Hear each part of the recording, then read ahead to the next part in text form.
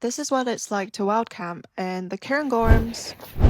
The route is to ascend 500 meters over a mountain and back down again to reach Loch Aron. The loch is super remote as you can only get to it by going over one of the surrounding mountains. The first neck break of the hike occurred embarrassingly not very long into the hike. We sat by the stream and ate some cheese. We definitely overpacked on the food front for this trip, so I had to eat something. Where we came from, and this is where we're going.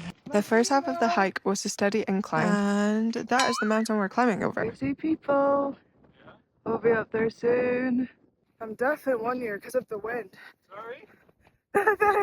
No more fake peaks. That's a real peak. The view at the top was pretty magnificent. The sunlight casting through the clouds. Wow. By this point, we had done the whole ascent, and I naively thought the worst was over. But before we got onto that, we met this really nice guy who was telling us about the landmark that we had to see. Honestly, everyone we met on this hike was so nice. A little trail mix section too as a reward. The mango was the star of the show for me. After saying bye to the cairn, off we popped to start our descent.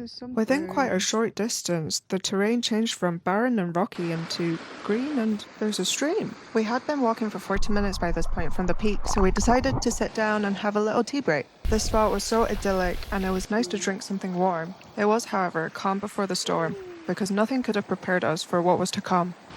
At this point, the end was in sight, but we had to make our way down a steep hill with many loose rocks. There was a segment here where we were genuinely on the edge of a cliff. The steps were massive, and I used what I called the sit-down technique, where I sit down before moving my legs to the next step.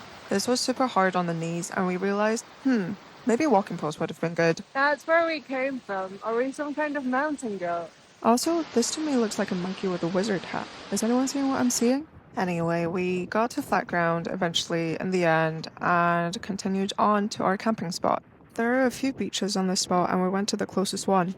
Our neighbours for the night evidently did not take as long to hike down as we did.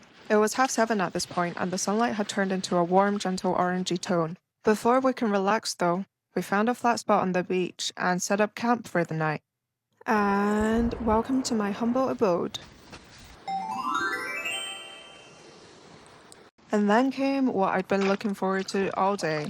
Can I be honest? This was, not good. My fault for expecting too much, though. God knows what atrocities they committed to pack 40 grams of protein into a packet of instant noodles. But hey, the point isn't the noodles, it's the view in front of the noodles. It got pretty chilly after that, so I took myself into my sleeping bag, and that's it for day one. Stay tuned for day two where my shoe fell apart.